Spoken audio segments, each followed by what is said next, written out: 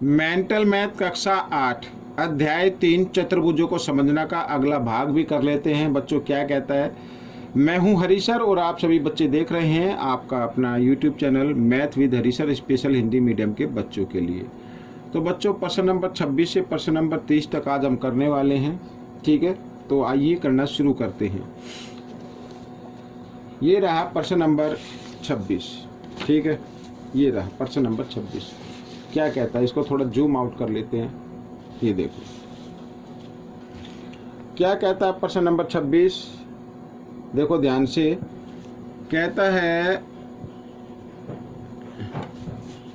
ठीक है, यहाँ पर लाइट परेशान कर रही है। विकर्ण AC और BD एक पतंग ABCD के हैं। ठीक है, विकर्ण AC और BD वाली एक पतंग ABCD है। ठीक है, X का मान बताना है। बच्चों आपको पतंग में हमेशा ध्यान करना है, जो लंबा विकर्ण होता है ना, वो छोटे विकर्ण को समद्विभाजित कर देता है। ठीक है, ठीक है, बड़ा विकर्ण पतंग में, मैं लिख देता हूँ, पतंग में बड़ा विकर्ण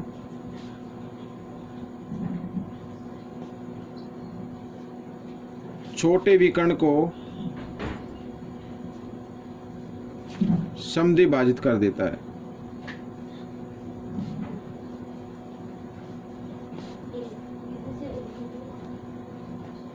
ठीक है, यहाँ पर तो इसका मतलब क्या होगा, ये मान लीजिए O है तो इसका मतलब होगा BO बराबर DO।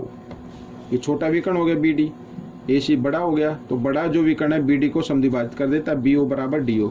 तो BO का मान है 3x घटा 15 बराबर, और DO का मान है 2x घटा 9।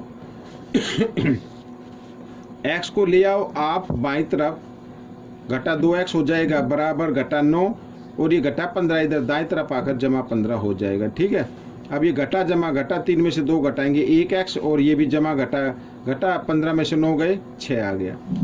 x का मान आ गया बच्चों, ये आपका उत्तर बन गया। ठीक है, अगला प्रश्न, प्रश्न नंबर 27 कर लेते हैं। प्रश्न नंबर 27 हम देख रहे हैं कि x का मान बताना है, और ये क्या है, 1 2 3 4 5, 5 भुजाएं हैं तो पंचभुज हो गया। 5 भुजाएं हैं तो पंचभुज हो गया। सबसे पहले आपको ये ज्ञात करना, कोण 1 और इधर ये कोण 2, ये ज्ञात करना है।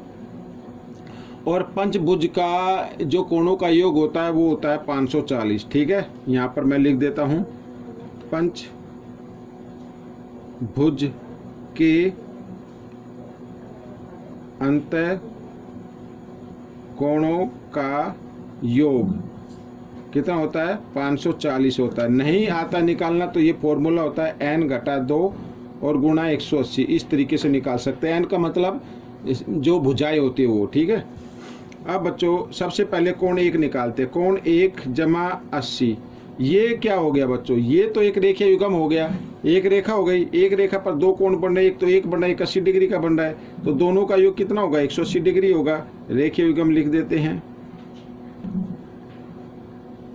ठीक है, तो कोण 1 का माप ज्ञात करने ना, तो 180, ये जमा 80 है, बराबर के साथ इधर ले आओ दाएं तरफ, तो घटा हो जाएगा, और घटा दिया तो कितना आ गया, 100 डिग्री आ गया। एक तो ये आ गया।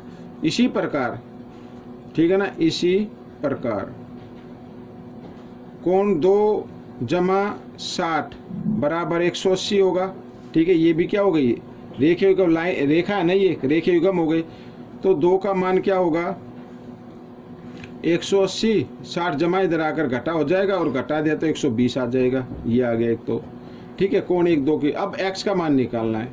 अभी मैंने क्या बताया, अगर हम सभी कोणों को जमा कर दे, अंत कोणों को जमा कर दे, ये मैं जमा कर रहा हूँ भाई, ये x ले लिया, 70 ले लिया, x घटा 10 ले लिया, फिर ये 2 और 1, 2 का मान है 120 और 1 का मान है 100। इन सब का मान किसके बराबर होगा, 540 के बराबर होगा। मैंने बताया ना आपको।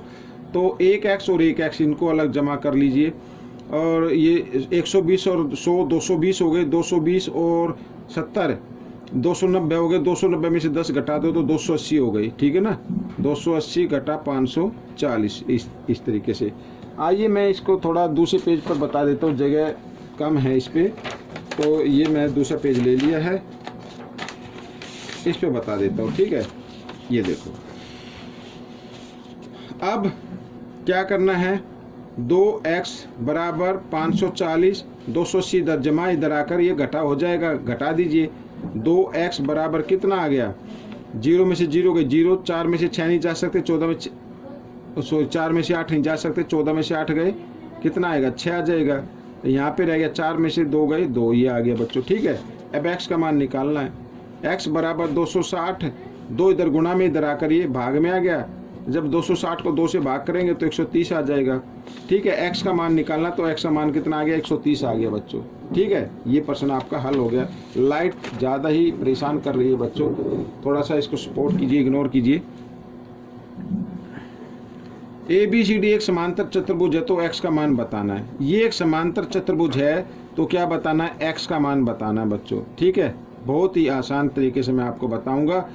ठीक है, ज़्यादा इसमें सोच समझने की वाली बात नहीं है। अब यहाँ पर देखो, ये त्रिभुज बने, त्रिभुज AOB, त्रिभुज AOB यहाँ पर लिख लेता हूँ, त्रिभुज AOB में, ठीक है, में BOC में कौन, BOC एक बाह्य कोण है। ठीक है, कई तरीकों से निकाल सकते हैं, बाह्य कोण है। ठीक है, बाह्य कोण है, और बाह्य कोण जो होता है यानी BOC ये बाह्य कोण जो होता है वो अपने अंत अभिमुख, अंत कोण ये होगा, इसके अभिमुख कोण ये हो गए, तो इनके बराबर होता है। कोण A जमा कोण B के बराबर होगा। ठीक है, मैं लिख देता हूं इधर, त्रिभुज में बाह्य कोण अपने अंत अभिमुख कोणों के योग के बराबर होता है। ठीक है, ये लिख दिया मैंने। तो BOC कितने का है, x डिग्री का है, और A कितने का है, 35 डिग्री का है, और ये B 40 डिग्री का है। ठीक है, ये या पूरा नाम लिखना चाहो पूरा नाम लिख सकते, OAB, भाई बीच में A आना चाहिए, ये B है तो बीच में B आना चाहिए, OBA भी लिख सकते हो। कुछ बच्चे सोचेंगे सर AB नाम दे दिया, B तो इधर भी है इधर भी है, कोई ना, आप पूरा नाम दे दो, OBA भी लिख सकते हो।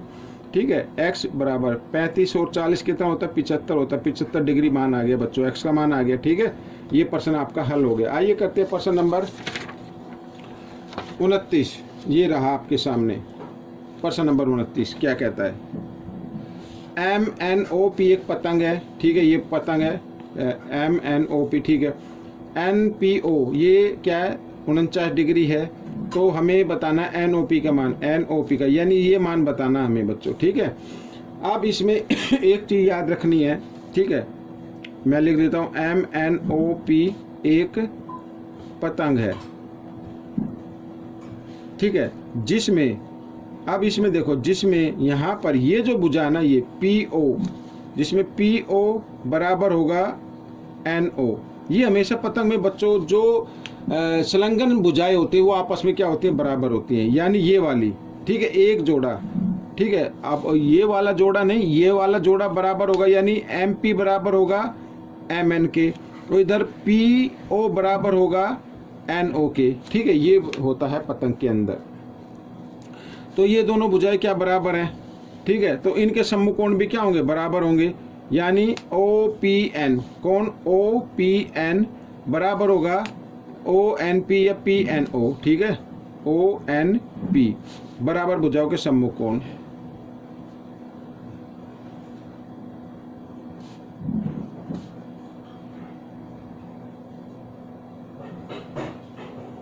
इस तरीके से। ठीक है, बराबर भुजाओं के सम्मुख कोण बराबर होते हैं, तो ये दोनों कोण बराबर हो गए। अगर OPN 49 डिग्री का है, OPN कितने का है, 49 डिग्री का है, तो कोण ONP भी कितने का होगा, 49 डिग्री का होगा।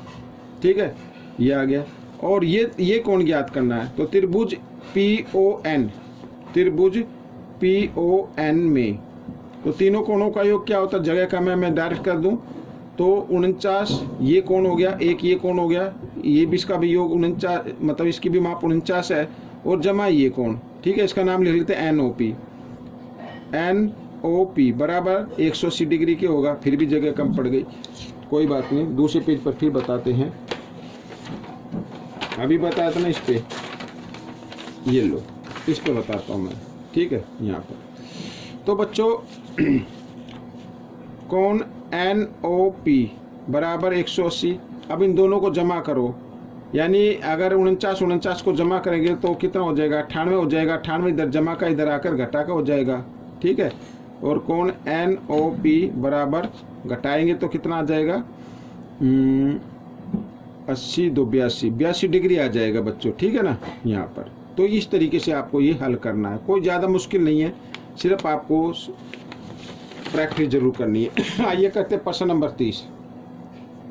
क्या कहता है प्रश्न नंबर 30, समांतर चतुर्भुज SOAP में SM और OM क्रमशः PSO और SOA के आंतरिक समद्विभाजक है। ये वाले भाई, ठीक है, ये वाले SM और OM यानी कौन इसके PSO और AOS, ठीक है, या SOA, इनके क्या आंतरिक समद्विभाजक है। तो SMO की माप बतानी है, SMO की माप बतानी है। अब क्योंकि एक समांतर चतुर्भुज है, ठीक है, अब यहाँ पर मैं लिख लेता हूँ,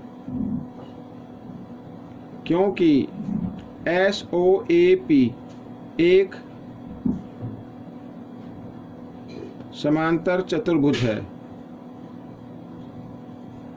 ठीक है, क्योंकि एक समांतर चतुर्भुज है तो इसका मतलब क्या होगा, इसका मतलब होगा PS समांतर होगी AO के, ठीक है, ये दोनों समांतर रेखा होगी भाई, हमें यही कोण लेके चलना, सारे लिखने की जरूरत नहीं है।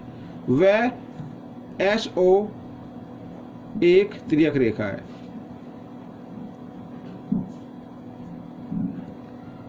ठीक है। अब दो भुजाएं समांतर है, ये एक तिर्यक रेखा हो गई, तो इसके द्वारा जो ये अंतःकोण बने इनका योग हमेशा कितना होता है, 180 डिग्री होता है, ठीक है। तो यहाँ पर लिख देंगे कोण PSO जमा कोण SOA बराबर 180 डिग्री।